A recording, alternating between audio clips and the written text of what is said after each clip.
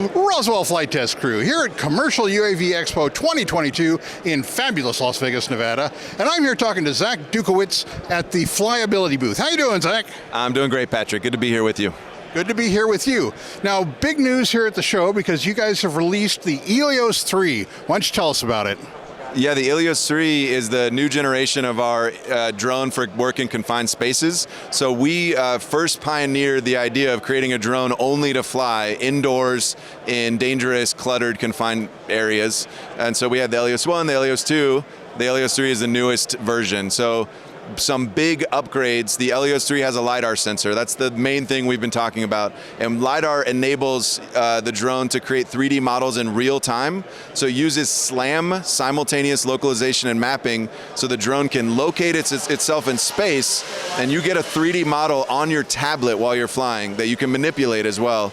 SLAM also allows the drone to be incredibly stable, so it uses 3 visual sensors and the LiDAR sensor to achieve what we're calling world-class stability, and I think we can stand by that. When you put it in the air, it's so still that a video looks like a picture when you put it side by side with the Elios 2. The Elios 2, you see a little bit of movement. The Elios 3, quite still. Yeah, and I was going to say, I flew the Elios 2, and at the time I was blown away with that. So I can't wait to give this thing a try. So what sort of, I mean, you said confined space, of course, that's what Flyability is famous for. But is this new drone with this new capability leading to new use cases with your customers?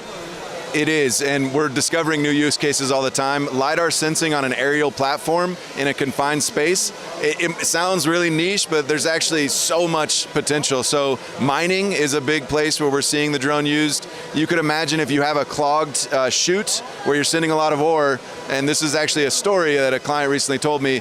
They took 2 months trying to figure out why it was clogged, couldn't figure it out, and we dropped by with the Elios 3 later, in one flight, about 10 minutes, using the live 3D map.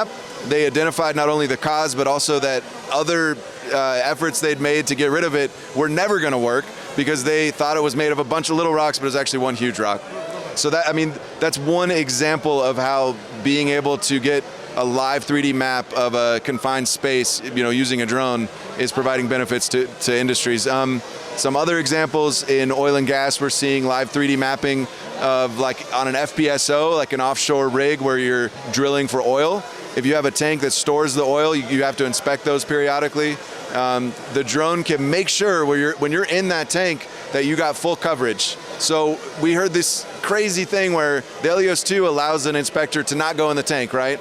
You send the drone in, it gets the data, but sometimes the inspector still has to go in because they don't know if they got full coverage. So the 3D model ensures full coverage. You know that you flew through the entire space that you had to fly through for your inspection.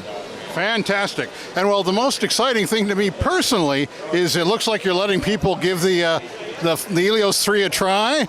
We sure are. Right back here, you can probably hear it. It's quite loud, but we have a huge trailer that's mimicking a confined space, and you can go back there and fly the Elios 3 right now if you like. I would very much like that, so let's go give this thing a try. Okay guys, so here I am with Eric English, who's going to help me fly this thing. So talk me through the procedure here, Eric. What do we do? Well, first we wait. We take about a minute, 15 seconds, let that LiDAR initialize, gives it an idea of where it is in space, and then we can go ahead and continue.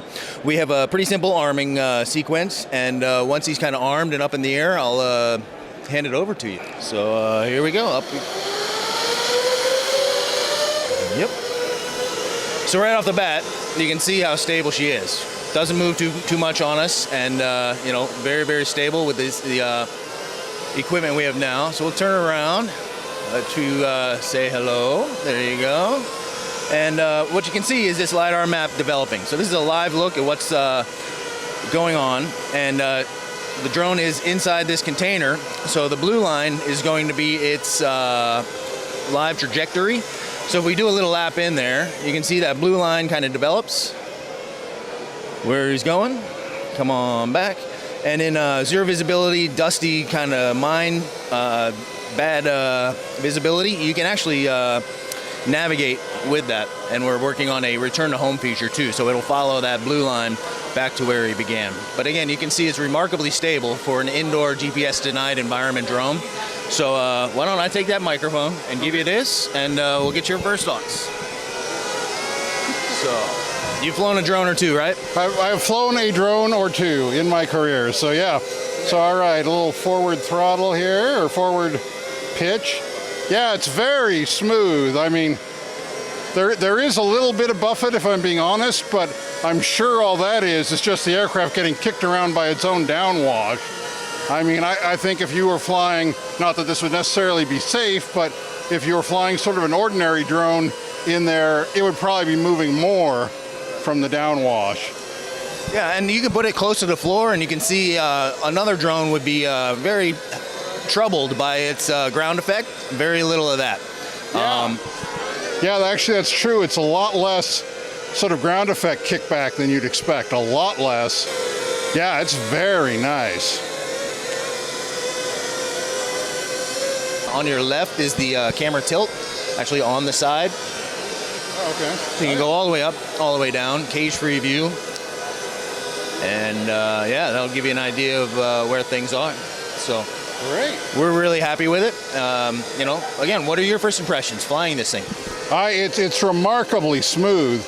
I mean, compared to the Elios 1, which I once described as flying a pinball through a warehouse, I mean, this might as well be, you know, an ordinary drone with good GPS lock, except that it's flying inside this tiny confined space with no GPS. I mean, I've always thought you guys have made remarkable products, but this is just another big step towards that sort of ultimate GPS-denied confined space, you know, operation. Impressive.